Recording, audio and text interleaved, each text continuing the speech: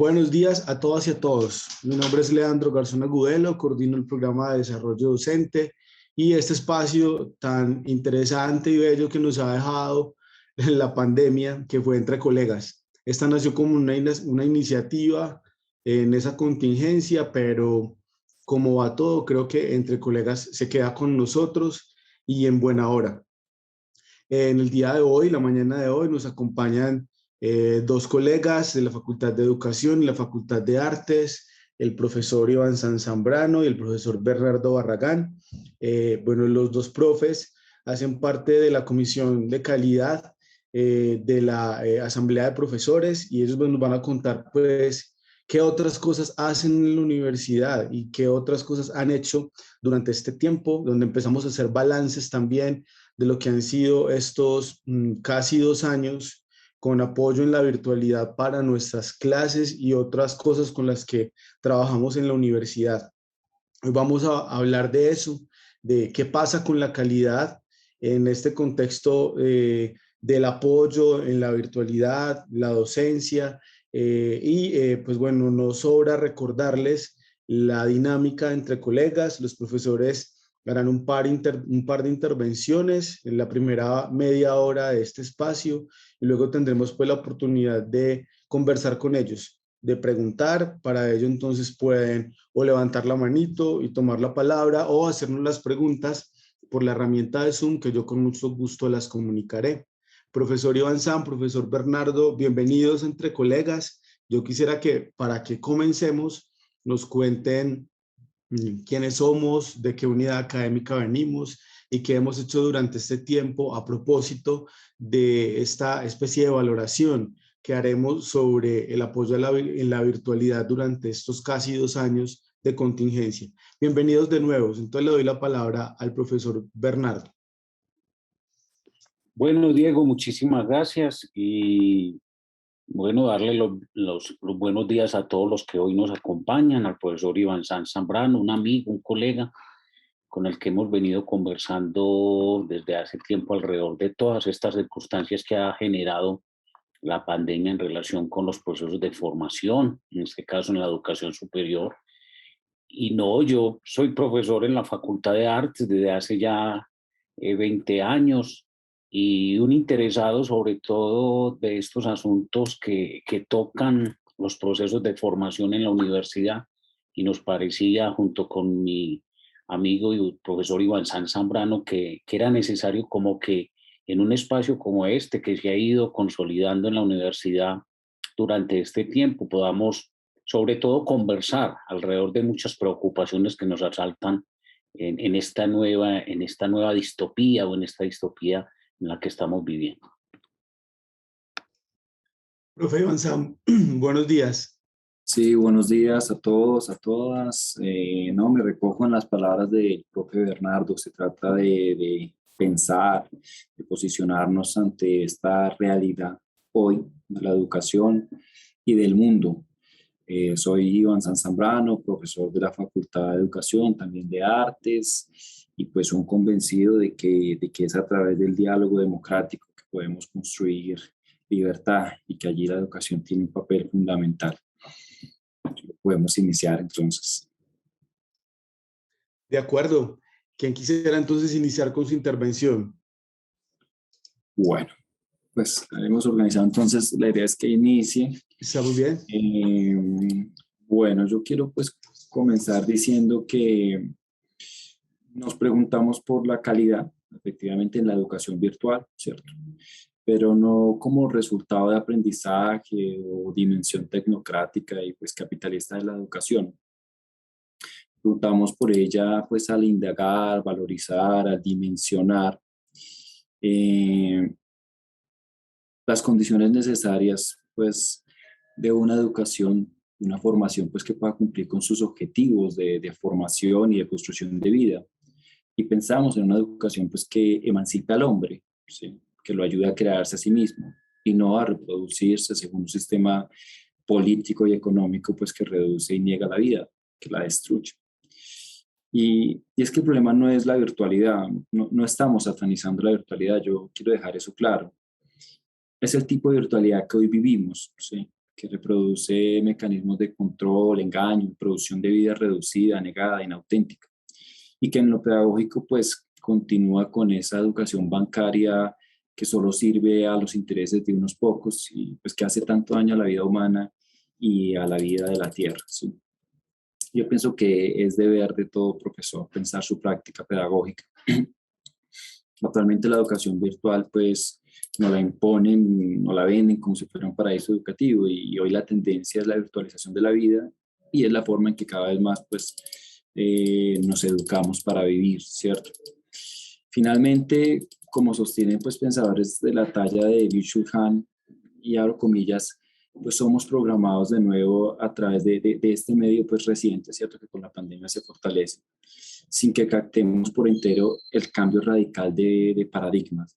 Cojeamos tras el medio digital que, por debajo de la decisión consciente, cambia decisivamente nuestra conducta, nuestra percepción, nuestra sensación, nuestro pensamiento, nuestra convivencia. Y hoy nos embriagamos pues en el medio digital sin que podamos valorar por completo las consecuencias de esta embriaguez. Esta ceguera y la simultánea obnubilación constituyen pues la crisis actual, ¿sí? Esto nos decía Byung-Chul Han ya en 2014 y alguien diría claro que es por la pandemia, pero todos sabemos que no es así. Capaz el profe Bernardo pueda ampliar un poco de esto. Y hay mucho que decir respecto pues a la vida misma en todas sus dimensiones, pero pues nos centraremos en la educación, ¿no? La pedagogía, los estudiantes, los maestros. ¿Qué nos está pasando hoy en la virtualidad? En la educación que reciben o recibirán pues las mayorías. Lo primero que se me viene a la mente es si podemos reducir los buenos procesos de formación, una educación pues de calidad, a la brecha digital. La idea de que una buena conexión asegura igualdad de oportunidades, ascenso y democratización social, ¿cierto? ¿Es eso cierto? ¿No? Y en estas preocupaciones, y pues como hija de la Asamblea de Profesores de la UdeA, nació una comisión de calidad en la educación virtual, donde estamos de momento 4 profesores, e incluso hemos contado también con la participación pues, de la vicerrectora de extensión, la profesora Elvia María. Se realizó una encuesta cualitativa respondida por 158 estudiantes de educación y artes. La encuesta es de 4 preguntas, y esto fue más o menos en un plazo de 2 semanas hasta finales de agosto pues, del año en curso. Es importante subrayar esto de lo cualitativo, pues se han hecho encuestas de respuesta cuantitativa que muchas veces pues, no invitan a la reflexión, sino a una respuesta rápida y muchas veces utilitaria. Y es que, pues yo creo que todos más o menos lo sabemos, los estudiantes dicen muchas veces sí, no porque estén pensando en la calidad de su formación, sino en el trabajo u otras ocupaciones, restando a la importancia pues, a la educación en sí. Entonces, las preguntas fueron, ¿qué dificultades siente y ha vivido en relación con su formación en la virtualidad? ¿Cree usted que existen diferencias en relación con su formación integral entre la educación virtual y la educación presencial? ¿Deja usted su cámara apagada durante las clases? Reflexione sobre su respuesta. ¿Deja usted prendida su cámara durante los encuentros en clase? Pero los resultados, pues todos los intuimos. Nosotros perfilamos 5 grandes categorías, ¿cierto? Que se presentan como resultado, pues un ejercicio previo de sistematización de las respuestas. En un primer lugar, pues la salud emocional. Los estudiantes expresan desgaste, expresan cansancio, expresan desmotivación, expresan estrés, depresión, ansiedad. ¿Sí? Salud física, hay desaliento, hay fatiga ocular, hay dolor de espalda y cuello, hay obesidad. Bueno, todo esto tiene que ver seguramente con el sedentarismo, ¿cierto? Hay problemas espaciales, ¿sí? El espacio del cual se conectan los estudiantes, y estos son muy graves, pues los estudiantes conectan espacios no adecuados para una clase, ¿cierto? Hay hacinamiento, hay contaminación auditiva, visual, ¿sí? Muchas veces se conectan mientras están transportándose desde un teléfono celular. ¿Sí? Cuarto, hay problemas de conexión, ¿cierto? Se cae la señal o la señal es débil, ¿sí? Y quinto, es una que nosotros nombramos pues disposición, y es que preocupa que el estudiante se conecte cuando está trabajando o cuando está llevando a cabo otras ocupaciones. ¿Sí? Allí nos preguntamos pues, por los procesos de atención, ¿no? Y quiero presentarles unos relatos, una suma pues de reflexiones de estudiantes que también se realizó en este horizonte, un ejercicio de escritura colectiva que invitó pues, a los estudiantes también a desahogarse, a hablar de lo que sentían pues, a partir de un curso que se llama Historia, Imágenes y Concepciones de Maestro en la Facultad de Educación. Después de esto pues, se realizó la encuesta. Abro comillas, nos decía una estudiante, y para prestar atención a lo que ella dice literalmente. Y tú, abro comillas, y tú al otro lado de la cámara piensas que todo anda bien, pero nada anda bien, ni con la clase ni conmigo. No puedes ver mis gritos ni mis ganas de llorar. No prendo la cámara porque ya me acostumbré a este mundo ausente en el que nadie se preocupa por mí. Qué lindo fuera que todos nos viéramos y en los ojos pudiéramos contemplar las ganas de explotar de lo otro, sea de frustración o de alegría. Cuánto me gustaría tenerte de frente para ya no ser un alma ausente, alma que se convierte en espectro y que con el paso del tiempo desvanece en lo efímero de la oscuridad, comentaba una estudiante. Otro estudiante nos decía, abro comillas, la educación educativa de nuestro tiempo me propone una utopía de mis ideales de universidad. Me soñé recorriendo entre pasillos con más de 200 años de historia, entre sus entornos pedagógicos, de formación, empapado de filosofía, cultura y arte. La educación del futuro ya está aquí, no tiene paredes ni espacios comunes entre el café y el humo, no tiene interacción social más que entre sujetos virtuales mediados por artefactos online. ¿Cuántas veces soñé el álgido fuego del debate plural y multicultural ante la invitación reflexiva del maestro? Pareciera, dice a propósito de hoy, ser en realidad una sesión de espiritismo que precisa de ouija y velas para preguntar si están allí. Pregunta si realmente estamos aquí. Dice finalmente otra estudiante, pues la educación virtual abro comillas, pues la educación en la virtual en la actualidad no es tan mala. Algunas personas tuvimos varios altercados o factores que conllevan a estar en casa por cierto tiempo. Para muchos, incluyéndome, tener la cámara encendida puede ser un factor de pena. Algunos mientras estudian están ocupados en otra cosa. Otros no se han levantado de la cama, etc. Pues la hora 7 a.m. no para todos es apta para encender una cámara y te vean con cara de sueño otra noche. La participación activa de la clase influencia mucho en el avance de los temas y apropiación de los mismos. Sin embargo, cabe notar que todos nos empapan de la misma manera, ¿sí? Yo creo que pues, este tipo de relatos, este tipo de enunciados son conocidos por todos y es un secreto a voces también pues, entre los profes, ¿sí? Son expresiones y los resultados pues, de esta encuesta que nos invitan pues a repensarnos, que nos invitan pues como a analizar efectivamente qué nos está pasando. Respecto a eso, yo en la reflexión, preparando esa reflexión, lo único que hacía era formular preguntas, porque creo que es un campo abierto que hoy tenemos por delante, en el cual debemos posicionarnos y en el cual todavía falta mucho por decir y por crear. Pero yo pienso lo siguiente, a propósito de estas inquietudes, pues que buscan en todo caso, o que son más una invitación a pensar y a gestar acciones pues, de resistencia y de posicionamiento, ¿no? Yo pregunto, ¿qué estamos dejando de lado en la reflexión en torno a la educación virtual? ¿Por qué? ¿A qué intereses responde que hoy no se piense a profundidad este tema, que se preste más atención a los resultados o las sorprendentes ventajas de no encontrarnos, asumiendo que al final lo importante es que cada quien cumpla su tiempo, que vea la grabación cuando pueda, que cuando pueda y donde pueda estudie y que responda con los trabajos, pues supuestamente la autonomía, dueños de nuestro propio tiempo, algo así como empresarios de sí. Y claro, los resultados, eso es lo que importa hoy.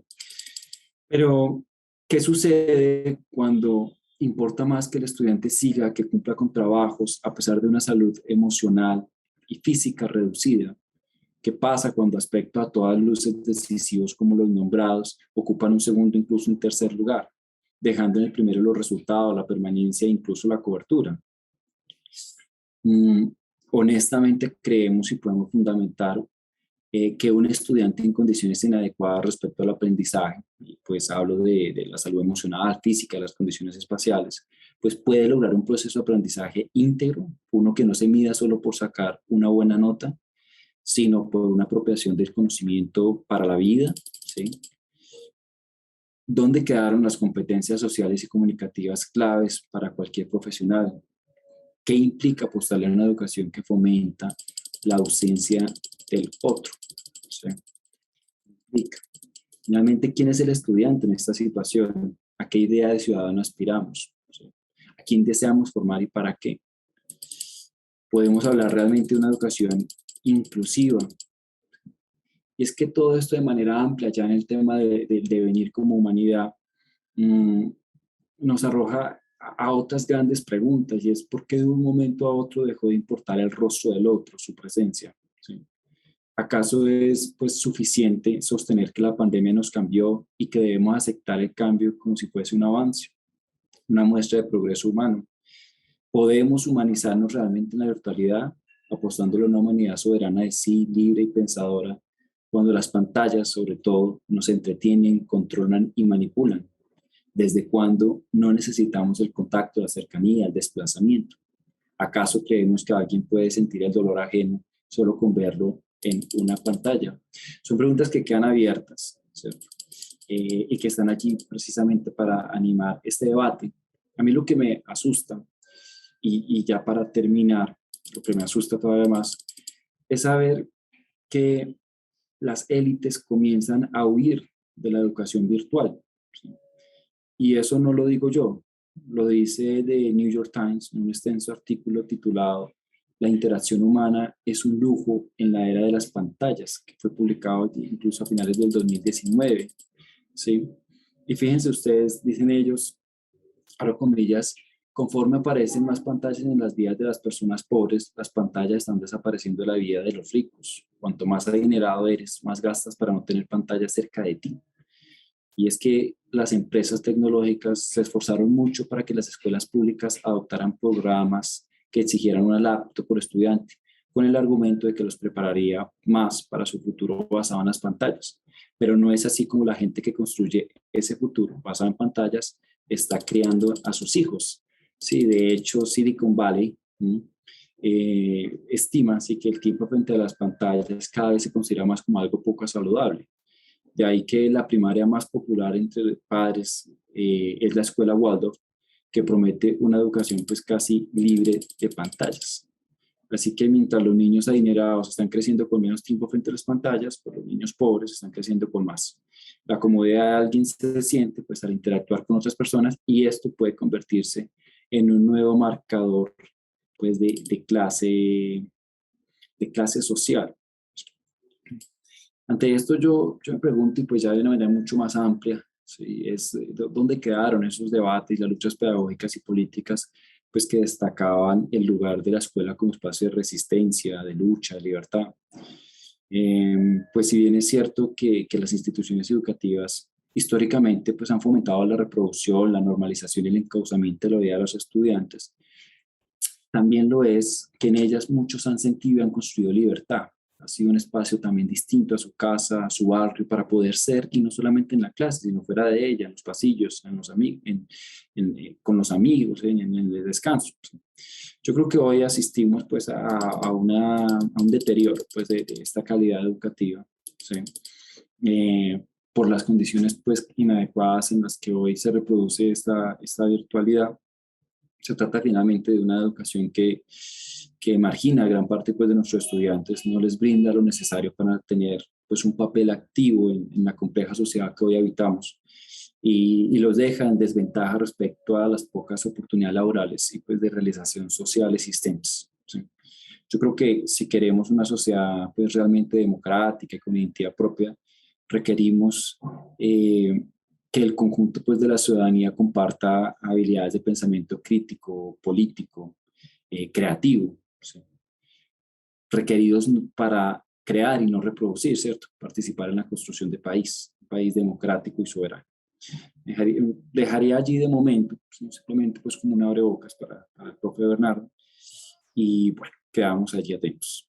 Está bien, muchas gracias, profesor Ivanzana. Escuchamos entonces ahora el profesor Bernardo.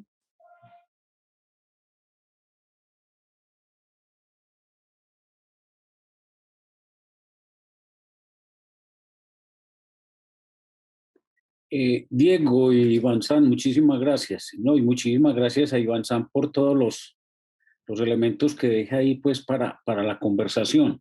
Yo quisiera como referirme fundamentalmente y obviamente muy de cerca de lo que plantea el profesor Iván San Zambrano, algunos elementos como, llamémoslos como más particulares de este asunto tan complejo y que ha sido tratado de tantas maneras durante este tiempo. Y lo primero que quisiera referirme es a la definición que el Ministerio de Educación da sobre la calidad. Me parece que hay un ámbito interesante para la discusión que no podemos perder de vista. Dice el Ministerio, la calidad educativa es la que desarrollan los estudiantes las competencias de aprendizaje personales y sociales que les permite actuar de manera democrática, pacífica e incluyente en la sociedad. Al respecto, entonces, habría que preguntarse, incluso desde esa perspectiva más oficial y más institucional, si lo virtual recoge sobre todo esos aspectos que están relacionados con lo personal y lo social.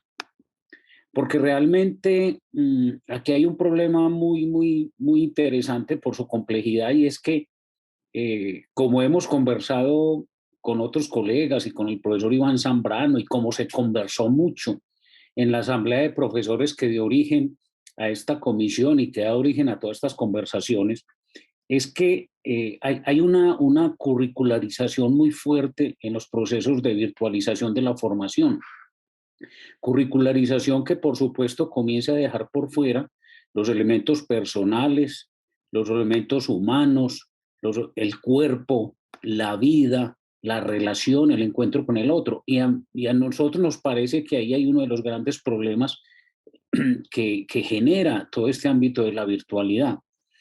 Insisto también en la perspectiva de que no queremos simplemente oponer por una vía negativa estos elementos a lo que significa lo virtual, sino los efectos que esto puede tener cuando se pueda volver hegemónico. De hecho, la hegemonía de lo virtual se va consolidando a través de la curricularización de los procesos de formación, por una razón sencilla pero muy importante, y es que se piensa que la formación es simplemente la adquisición de unos aprendizajes para profesionalizar. Entonces, esta instrumentalización por la vía del aprendizaje es muy problemática, porque entonces viene el asunto solamente de aquello que el encuentro en el aula de clase solamente es para transmitir, para formar unos aprendizajes. Entonces, en esa perspectiva, por supuesto que lo virtual lo hace, incluso en el sentido técnico, quizás de una manera mejor, podría decirse. Pero se olvida entonces todos esos aspectos que incluso la definición del Ministerio relaciona, asuntos personales, de la vida, de la cultura y del encuentro, que es necesario tener en cuenta. Ese aspecto entonces de la curricularización de los aprendizajes parece ser la bandera incluso de los poderosos para decir que es necesario como instaurar esa hegemonía de lo virtual en el mundo.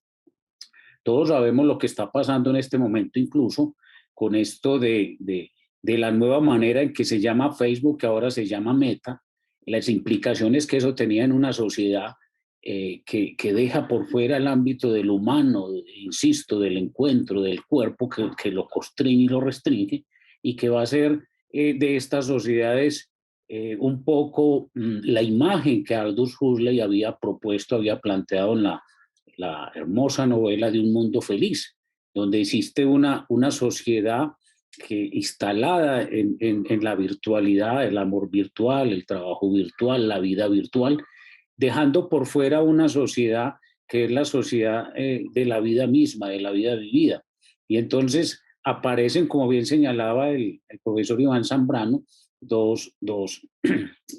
una organización social novedosa y distinta, y va a ser esa organización de aquellos que no están en la virtualidad frente a los que están en la virtualidad. Y eso es un asunto también interesante para tocar. Y aquí es bueno como traer un aspecto que aparecía, por ejemplo, en lo que conversábamos con los estudiantes, y que en la comisión que trabajamos con el profesor Román y el profesor Rodrigo Jaramillo, conversábamos durante mucho tiempo. Y era el asunto de que los estudiantes señalaban de que en mi casa actúo como en mi casa. Es decir, hay un asunto en relación con los espacios que la virtualidad niega, porque la actuación depende un poco del espacio, depende un poco del lugar donde se está. Y esa actuación entonces niega muchos elementos de lo que es la vida misma que se da en el aula, porque la actuación en el aula precisamente lo que hace es construir esa performatividad de la formación, de los gestos, del cuerpo, de la mirada, de la voz, de todo eso que está ahí jugando por parte tanto de profesores como estudiantes. Entonces, este asunto de que la virtualidad traslada a un espacio distinto, ese encuentro es un fenómeno digno de ser mirado que a mí me parece es necesario problematizar en la perspectiva de, bueno, ¿y eso qué significa y qué implica en la formación? ¿Qué implica y qué significa en la construcción de humanidad? ¿Cuál es esa subjetividad que va apareciendo ahí, que se va consolidando, ¿cierto? Incluso con la anotación que hacía el profesor Iván Zambrano sobre que los más poderosos piensan que hay que sacar a los hijos de toda esta relación con las pantallas. Entonces, la pregunta es, en esa oposición, que no necesariamente tiene que ser dual entre lo virtual y no lo virtual, porque tampoco no se resuelve suficientemente desde esa perspectiva, sino que es una oposición muy plural, porque hay muchos elementos jugándose ahí. Es decir, lo que se está negando acá, me parece a mí también, es la experiencia de la vida vivida por un cuidado a veces exagerado de lo que significa la vida biológica con todo esto que ha venido pasando.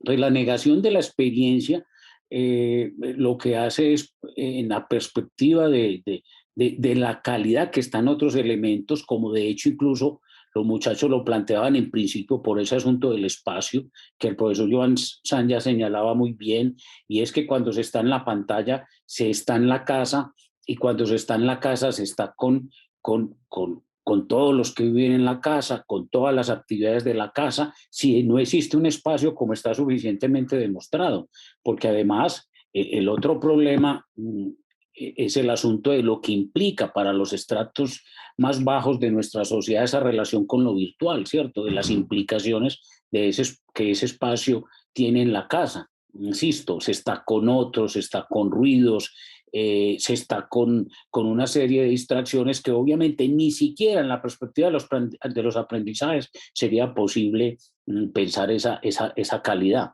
Entonces, hay dos ámbitos de esta calidad que es como la gran preocupación que nosotros hemos tenido, y es que se está creyendo que el problema de la calidad de la educación se resuelve solamente por la vía de cómo se adquieren los aprendizajes que instrumentalizan profesionalmente, pero se olvidan todos los elementos de la vida, de la existencia, de la experiencia, que son tan importantes y tan fundamentales. Entonces, lo que nos preocupa quizás es que nos están llevando a una concepción, a una percepción y a un trabajo alrededor de la calidad que olvida estos elementos que estoy señalando. De hecho, por eso es tan importante ese asunto de lo que significan los espacios pedagógicos. Y esto tiene además una implicación de lo que significa la universidad como experiencia, como vida, porque la universidad, por supuesto, que se juega en los encuentros de clase, pero se juega, como bellamente lo expresaban los estudiantes en las encuestas que les hicimos, en los pasillos, en la cafetería, en lo que allí se habla, en lo que allí se construye, en todos esos otros elementos que no son necesariamente el encuentro en el aula, en el que también hay muchos elementos de ese talante. Entonces, a mí me parece que ahí hay un asunto muy interesante para pensar, y es qué significa ese espacio de la virtualidad en la formación de una subjetividad que se supone debería estar en esa perspectiva, incluso como lo dice el ministerio, es decir, un poco en la perspectiva de un sujeto más democrático, más pacífico, más incluyente. ¿Es eso pacífico? ¿Es eso democrático? ¿Es eso incluyente? Incluso con algunas cifras, pues, que es bueno traerlas porque nos sirven para tener un, un universo de lo que esto significa. Es que, por ejemplo, la inversión que hay en educación por estudiante en el país por parte del Estado es de 4 millones al año, una cosa realmente bajísima, mínima. Y lo otro es que esa relación, por ejemplo, que tiene que ver con la conexión. El 97% de las familias en estratos 5 o 6 tenían conexión en Internet en el momento del inicio de la pandemia, mientras que apenas el 17% de las familias que pertenecen al estrato 1 y 2 no tenían este servicio. Entonces, hay un asunto que hay que tener ahí en cuenta también de lo que eso implica, de lo que eso significa. Y lo otro es que está demostrado en muchos estudios, uno podría mirar la literatura que eso refiere, es que la tecnología no iguala la capacidad de los profesores para incluso generar aprendizajes y trabajar alrededor de la formación. Y obviamente sin olvidar lo que significa esas condiciones materiales, esas condiciones afectivas en relación con la calidad. Habría que pensar cómo parece ser que lo virtual se está convirtiendo en una estrategia que lo que está es negando, insistimos, la vida misma, la existencia misma. Entonces nos pone en un ámbito de la particularidad, quizás de la soledad, que ha tenido implicaciones afectivas que ya el profesor Iván San señalaba. A mí me parece que hay que trabajar muy bien esto, porque hay un peligro que se cierne sobre la educación y sobre la formación y sobre la universidad. Porque, ¿qué sería de la universidad? ¿Qué implicaciones tendría eso para la universidad como una institución contemporánea del presente, el que la virtualidad se convierta en la hegemonía, ¿cierto? ¿Eso qué implicaciones? No estamos diciendo con esto que la virtualidad no tenga su valor, no tenga su importancia, porque pues tampoco tendríamos que negar el valor que pueda tener, sino las implicaciones que tiene esto en un proceso de formación distinto en el que lo que se intenta pensar es la formación de una subjetividad, insisto, y como lo dice el ministerio, más democrática, más inclusiva, más pacífica, y eso solamente es posible a través del encuentro con el otro, eso solamente es posible en la relación que corre por la palabra, que corre por los sentidos, porque esa es una perspectiva que se pierde, porque el encuentro en la pantalla es un remedio de lo que se siente, de lo que se vive en la presencialidad.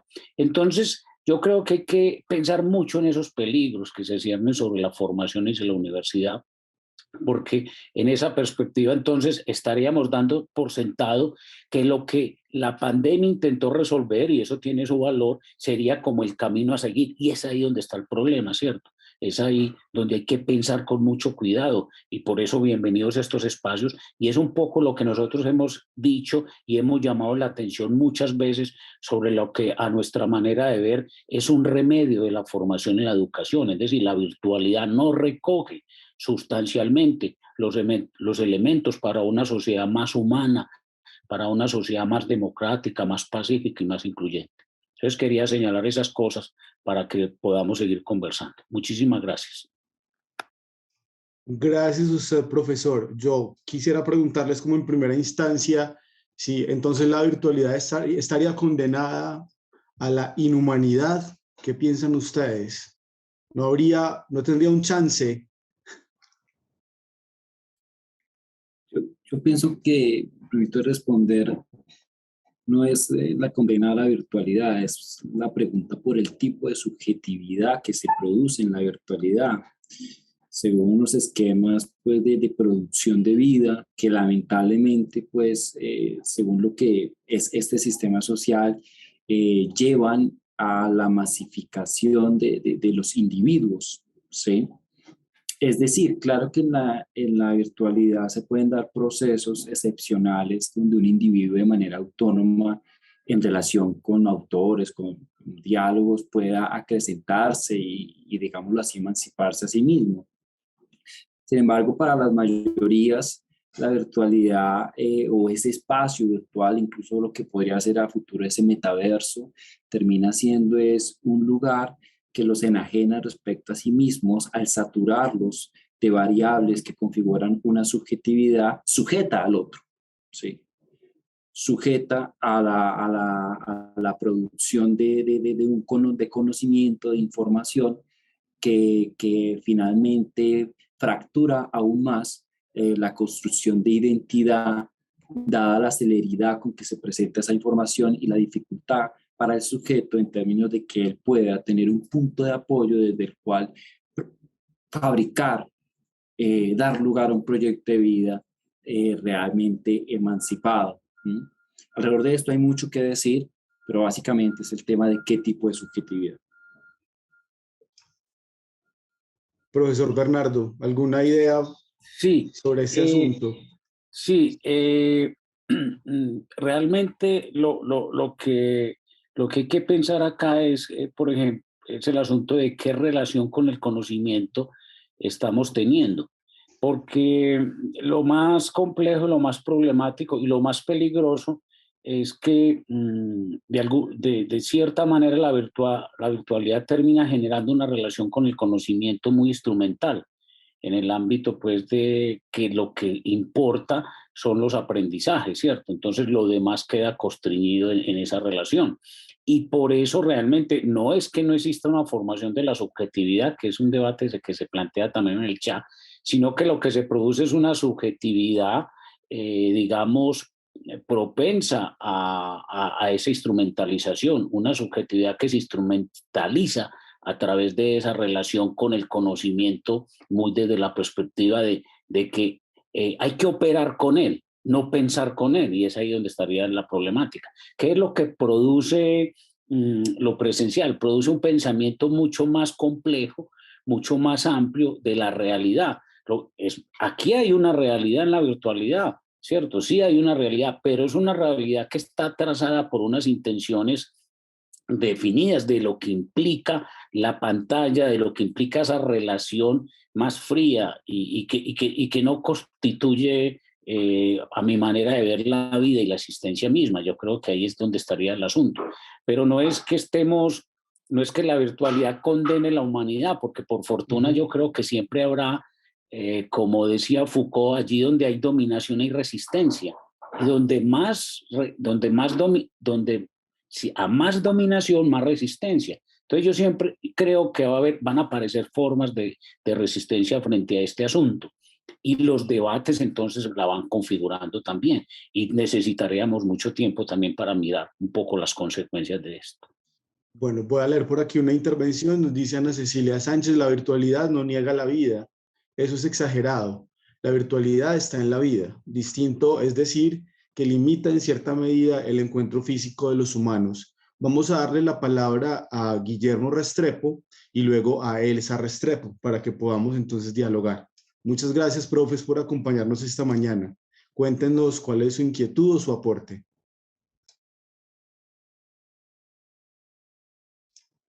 Guillermo.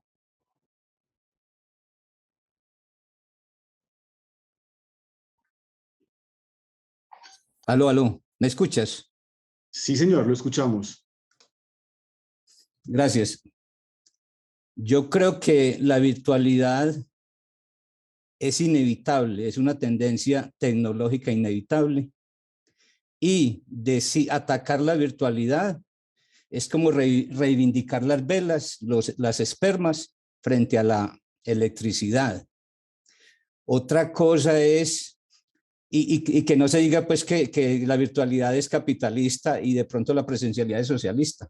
El socialismo no ha podido resolver lo que predica en todas las oportunidades que ha tenido. Entonces, ideologizar esto, yo creo que no es como lo más sano, sino que deberíamos ir más concretamente a cuál es la cultura que tenemos de la virtualidad.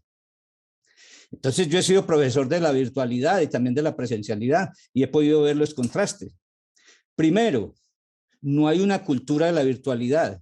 ¿Por qué? Porque la cultura es de la presencialidad. Usted no puede enseñar en la virtualidad de la misma manera que enseña en la presencialidad. Y no se me diga que en la presencialidad ha liberado al hombre. No, al ser humano. En la presencialidad sigue en los paradigmas de la enseñanza memorística, autoritaria, el activo y el pasivo, etcétera. Entonces, ese no es el problema. Veamos problemas concretos. Primero, ¿por qué la virtualidad aparece de segunda? ¿Quiénes son los estudiantes de la virtualidad? Voy a hablar antes de la pandemia porque la pandemia está por investigarse. En la virtualidad, en mi experiencia personal, el 80% de los estudiantes trabajaban, mientras en el primer semestre, mientras que en la presencialidad es lo contrario. Y les preguntamos en una encuesta a 500 estudiantes de virtualidad, ¿cuáles son sus prioridades? La prioridad del estudiante y está hablando de la de Antioquia, no de otra universidad, la prioridad, y eso está publicado, la prioridad no es el estudio. Guillermo, usted nos puede aclarar de qué unidad académica es. De ingeniería. Y el estudio se aplicó allí, en ingeniería, la encuesta. Sí, el grupo se llama Ingeniería y Sociedad. Entonces, le preguntamos a los estudiantes cuál es la prioridad. Si usted le pregunta a un estudiante de presencialidad, ¿cuál es la prioridad? El estudio. No era la prioridad para los virtuales. Era el trabajo, la familia. Entonces, ¿por qué entonces es de segunda? Entre comillas. Precisamente porque las circunstancias, la cultura, la puede llevar a que sea de segunda. Entonces, ¿qué problemas yo veo en la virtualidad? La evaluación. La universidad no estudia la evaluación en lo virtual. A usted le hacen todos los goles del mundo en los exámenes de virtualidad. Ellos han suplantado hasta en inglés. Hasta en inglés suplantan los estudiantes de virtualidad. ¿Por qué? ¿Cuál es el amor que tienen por el estudio? O sea, hay un problema cultural. Y si es de segunda, entonces todo va a ser de segunda. Ellos tienen toda la tecnología. Y hay profesores tan ingenuos que dicen, no, es que hay que traer a los estudiantes. Hay que traer a los estudiantes. Entonces, les entregan el examen al principio, les entregan el examen y ellos pueden, de pronto, no digo que todos, puede haber fraude. ¿Cuáles son los indicadores? Cuando se hicieron unos indicadores frente a los exámenes del Estado, había unos en el top de los resultados. Los presenciales estaban ahí y los virtuales no aparecían en esos top de los exámenes de Estado. Entonces, hay unos problemas graves en la virtualidad y los de educación no nos han dicho cómo se enseña en la virtualidad. Yo soy muy amigo de los profesores de la educación porque nos enseñan los grandes avances, las transformaciones curriculares que hay que hacer. Entonces, ¿cuáles son los retos?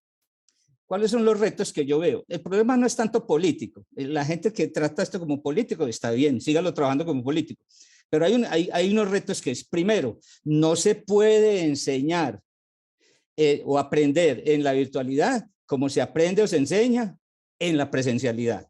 Y ojo que la presencialidad no ha resuelto todos los problemas pedagógicos, educacionales, para una sociedad más consciente, más democrática, más igualitaria. Otro reto que se viene son las 3D.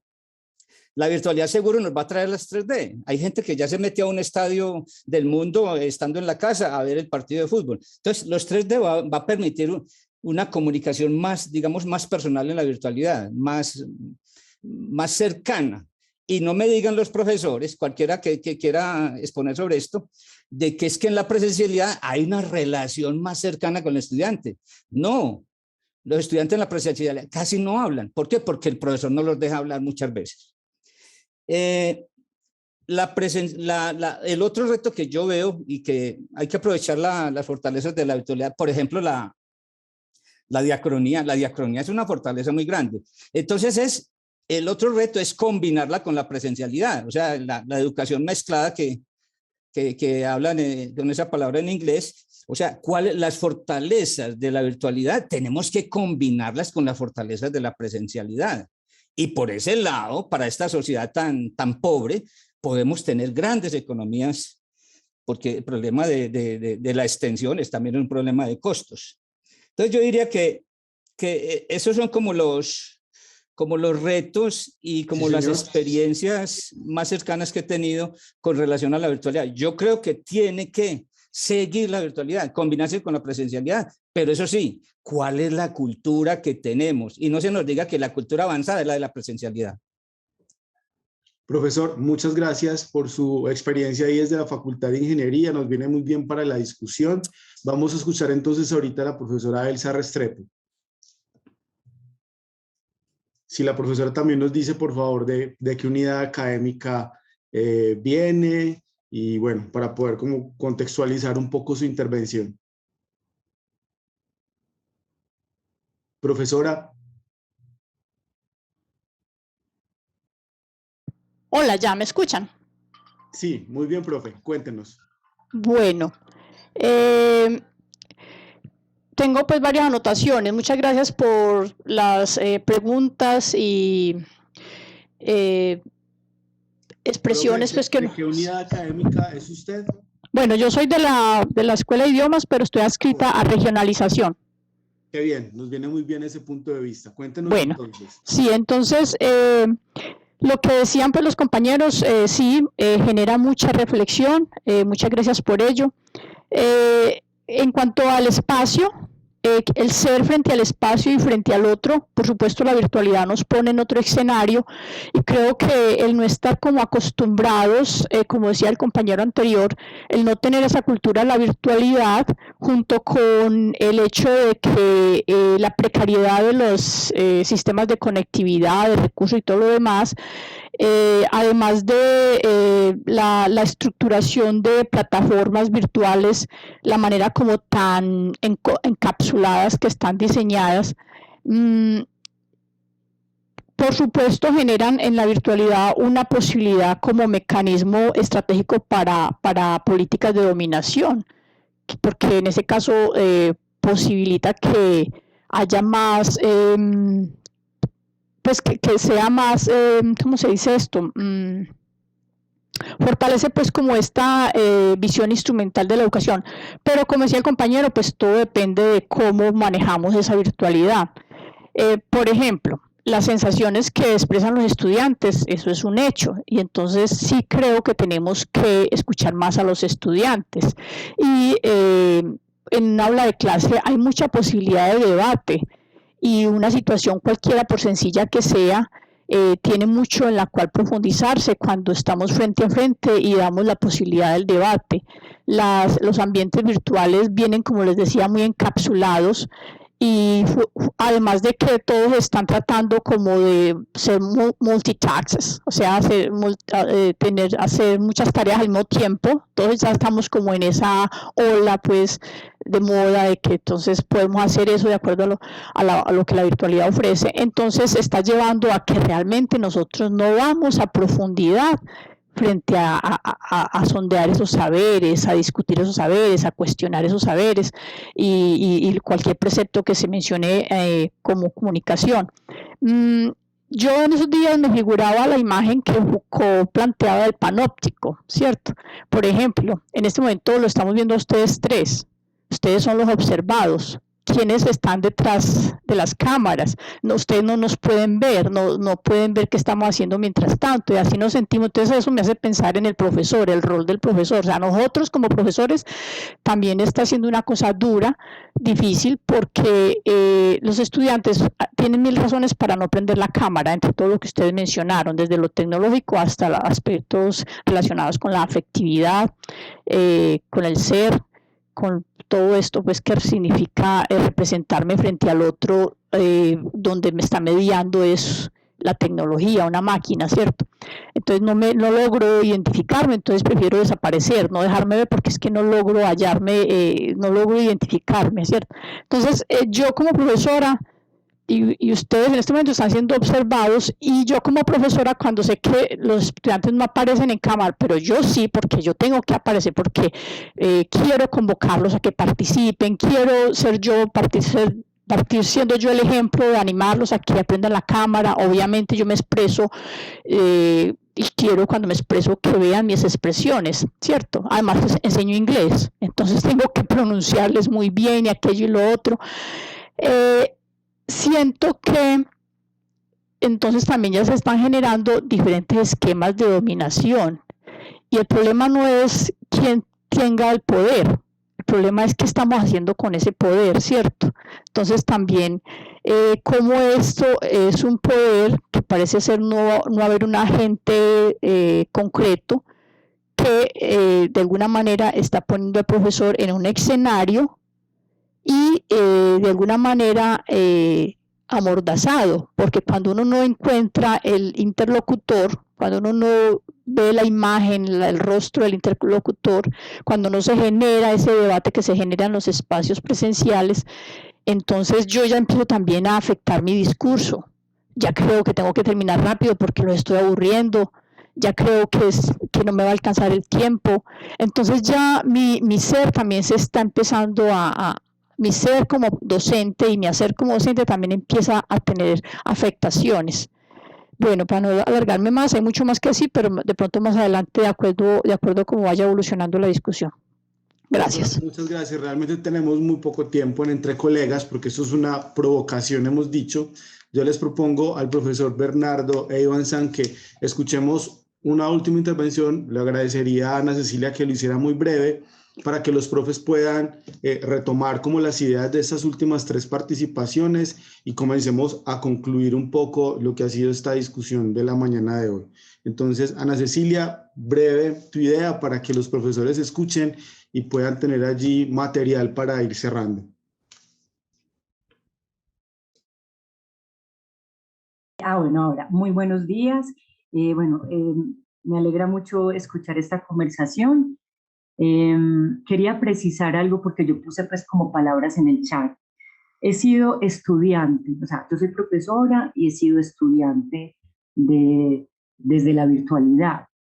Cuando fui estudiante desde la virtualidad sin ser profesora antes en ese medio, a mí me gustó mucho porque pues era un curso de mi gusto, los documentos que nos pusieron a leer, los pequeños encuentros.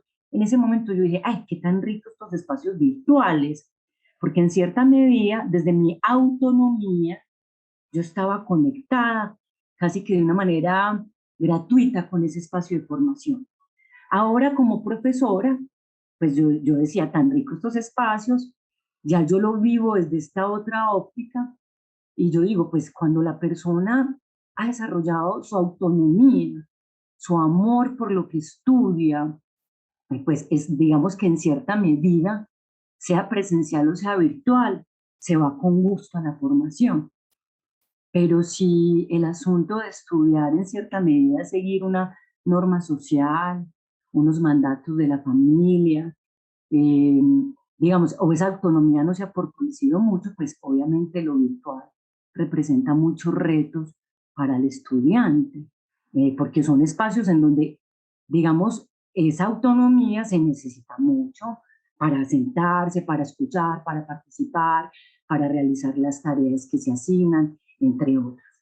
Otro asunto rápidamente que yo siento que pasa mucho en nuestros contextos y que es lo que nos pone al límite a nosotros los maestros, es el tema de esa formación en lo humano que tiene que ver con la mentira o que tiene que ver, o sea, cómo respondo yo a los retos que me pongo en la vida o a los espacios que habito. Yo creo que nosotros, yo lo he dicho mucho en ciertos lugares, vivimos en ciudades estrechas, en casas estrechas, y la gente, pues, a veces no tienen los estudiantes espacios idóneos para dedicarse a la virtualidad, espacios de silencio, espacios donde puedan ser ellos mismos frente a una clase.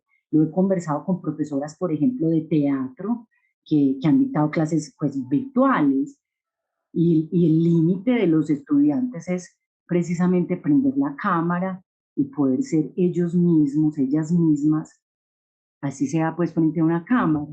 Yo creo que tenemos contextos muy complejos para que nuestros estudiantes decidan abrirse, ¿cierto? Que eso significa también abrir la cámara, participar, tomar la voz y ser ellas y ellos mismos. Creo que por los contextos que tenemos, eso que nos gusta tanto a los profesores es muy difícil. Bueno, me dejo hasta ahí, qué pena, me extendí. Muchas gracias, Ana Cecilia. Entonces, ahorita sí, profe Iván San, profe Bernardo, ¿qué nos suscitan estas últimas intervenciones? Sí, no, en primer lugar, pues agradecer las reflexiones, se trata de eso, de este diálogo, de activar, fortalecer este diálogo. Yo creo que pues son dos cosas, ¿sí? Lo primero, me parece muy importante esta referencia a lo cultural, ¿cierto? Uno se preguntaría si en Colombia e incluso en el mundo fomentamos una cultura de la autonomía, de la realización personal, del empoderamiento de parte del sujeto. Nosotros los profes sabemos que eso es un ideal, de hecho es algo por lo que luchamos, ¿sí? E históricamente es algo por lo cual se ha tenido como bandera la educación, ¿cierto? El valete de tu razón, pues que afirmaba Kant, ¿no? Sin embargo, es eso, es un ideal. Lamentablemente, para las grandes mayorías siempre ha sido pues más esa opresión, e incluso como forma de vida que ha caracterizado sus existencias. Y es algo que nos duele, pero pues que hay que aceptar y estamos en este desafío constante precisamente por transformarlo. Lamentablemente siempre como, por lo menos para aquellos que concebimos la educación como un acto de emancipación, más bien siempre como perdiendo un poco, pero en todo caso resistiendo. Entonces yo creo que también es si esta educación, por lo menos en ese, porque bien lo decía al principio, no es la virtualidad, es el tipo de virtualidad. Entonces en ese tipo de virtualidad que anestesia, que engaña, que atrapa al sujeto en una producción de subjetividad que finalmente no lo lleva a la emancipación, pues sí, eso es finalmente lo que buscamos y lo que deseamos, ¿sí? Entonces, bueno, alrededor de eso hay mucho que decir. Lo otro es también que no, digamos, esa dualidad entre educación presencial y educación virtual no lleva a ningún lugar, porque es tanto como que afirmar que porque estábamos mal en lo presencial, entonces también lo virtual pues podemos estar peor, o pues que de hecho lo virtual es la solución, ¿cierto? Esa no es la respuesta. Yo creo que básicamente estamos ante una situación pues que nos implica ciertamente comprender los cambios de los que estamos siendo parte y a partir de eso crear, gestionar acciones pues de resistencia que finalmente continúen en ese objetivo de la producción de vidas, bueno, en el caso de nosotros de fomentar vidas, propiciar vidas que se emancipen a sí mismas. Y ahí básicamente la pregunta por el medio es esta pregunta también por lo que posibilita y lo que no posibilita la virtualidad. Para terminar, yo creo que haciendo eco de lo que un filósofo del siglo XVII, Baruch Spinoza, sostenía y era, no sabemos, nadie sabe lo que puede un cuerpo, ¿sí? Y con esto quiero hacer referencia a que realmente nunca o muy poco comprendimos, incluso en la presencialidad, el valor del cuerpo en los encuentros, qué significaba encontrarnos en los encuentros y allí el valor del cuerpo. Hoy, teniendo como quien dice, nadie sabe lo que tiene hasta que lo pierde, pues en la virtualidad hemos podido dimensionar el valor del cuerpo y hoy yo invitaría en todo caso pues al profe Guillermo un poco a dimensionar también este tema de qué está sucediendo hoy cuando los profes nos encontramos de nuevo con los estudiantes. Yo creo que para los profes que hemos tenido esta experiencia y hemos podido como de una manera casi que recargada, entusiasta, llegar ya al encuentro ha sido una experiencia que desborda por mucho lo que vivíamos antes como presencialidad y que hoy es toda una oportunidad para fortalecernos en una educación realmente distinta. Entonces yo creo que pues se trata de eso, ¿no? Tenemos mucho por caminar, mucho por aprender y pues seguramente mucho por luchar. Gracias a todos, yo creo que de esta manera también pues me voy despidiendo porque pues me imagino que ya vamos cerrando. Muchas gracias a usted, profe. Pero tenemos este debate sobre la mesa. Muchas gracias. Y continuaremos, y ese seguirá siendo el espacio también para hacerlo, profesores Bernardo e Iván.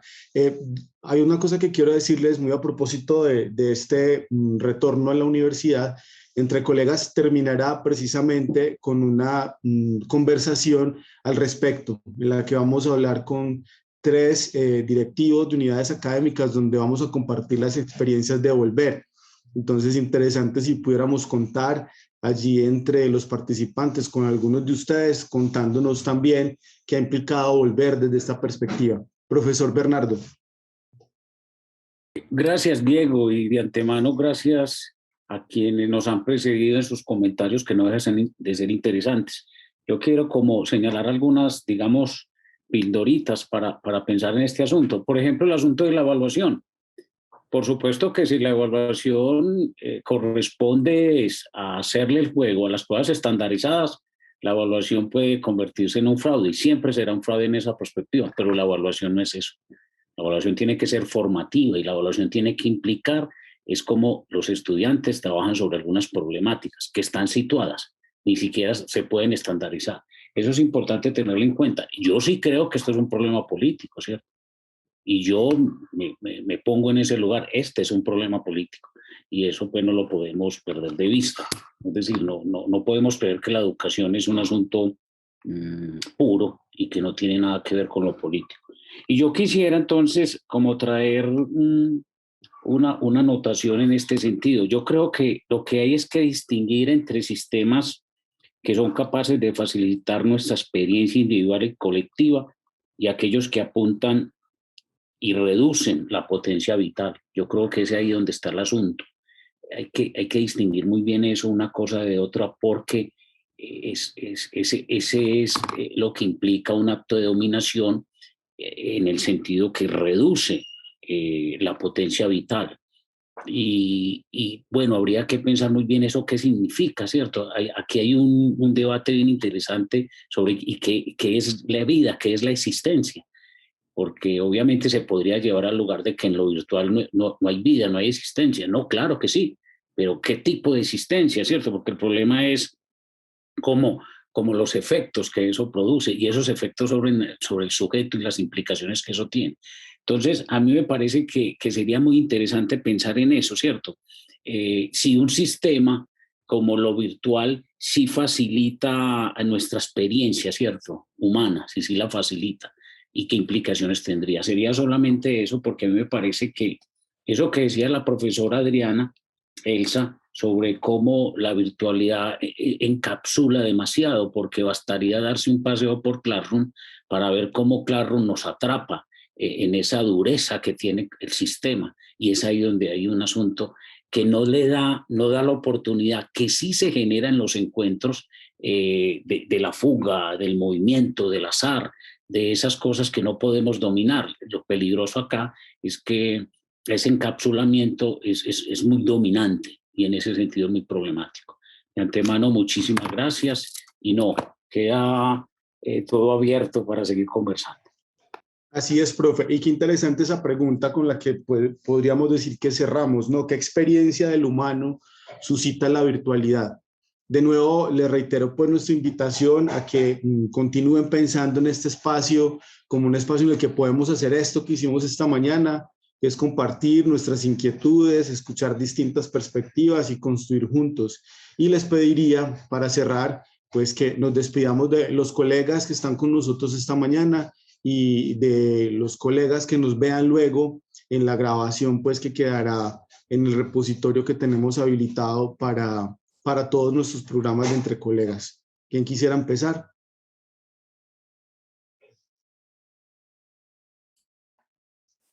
Iván. Sí, no, pues no, que es tan extraño esto de despedirse de los que, digamos, no online están allí, pero que en algún momento verán pues el vídeo. Básicamente la invitación pues a seguir en sus procesos de reflexión y de construcción de humanidad. Ojalá una humanidad pues que, como decía Sabato, en el piel con piel, pueda realmente lograr esa emancipación, ¿cierto? Esa lucha pues por una vida digna, auténtica. Yo creo que tenemos pues como un desafío por delante, es estar a la altura de este momento histórico, lo que significa valernos de los medios que tenemos también para conseguir esa realización como sociedad, pues que ojalá una sociedad justa, democrática. Es eso. Muchas gracias a todos y a todas. Gracias, profe. ¿Y profesor Bernardo? No, muchísimas gracias. Yo creo que el valor que tiene estos encuentros y de poder conversar alrededor de asuntos tan interesantes, tan complejos, yo creo que eso es innegable. Y yo creo que estamos en un momento que a mi manera de ver entiendo como distópico, y que eso tiene unas implicaciones en todos y tiene unas implicaciones en la vida, en lo que somos, en lo que comprendemos. Y por supuesto va a tener unas implicaciones en la universidad. Y es ahí donde yo creo que como universidad tenemos que pensar muchísimo y lo que significa pues para nosotros la formación, ¿cierto? En este momento. Quería decirles eso y no agradecerles mucho por todas las preguntas y por lo interesante que ha resultado esta conversación. No, el agradecimiento es de parte nuestra. Bienvenidos siempre entre colegas y a todos y todas quienes nos acompañaron esta mañana. Pues bueno, nos vemos en 15 días en este espacio y quedamos entonces entre colegas. Hasta el próximo programa, entonces, que estén muy bien.